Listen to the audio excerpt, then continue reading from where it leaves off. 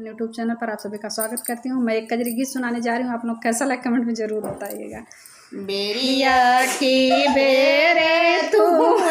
बारजिए ससुर में हदिया जिन लगाया हो, मोरे मंगनवा में हदिया जिन लगाया हो, मोरे अंगनवा मेहदी करबतिया झरैले शादी रतिया की सासु बिरही बोलाई हो, सारी रतिया की सासु बिरही बोलाई हो,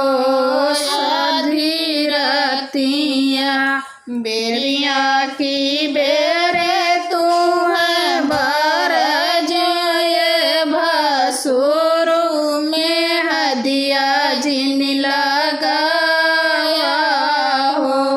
मोरे अंगनवा में हदिया जिन लगाया हो, मोरे अंगनवा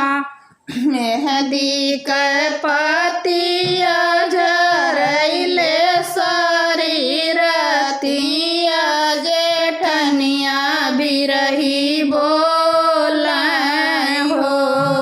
आधी रतिया जेठनिया बिरही बोलाई हो,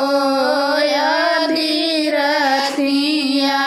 प्रिया की बेरे तू है बारजिए देवरू में हदिया जिन लगाया हो, मोरे अंगनवा में हदिया जिन लगाया हो, मोरे अंगनवा मेहदी कर पतिया झरैले सारी रतिया देवरनिया बिरही बोलाई हो, शादी रतिया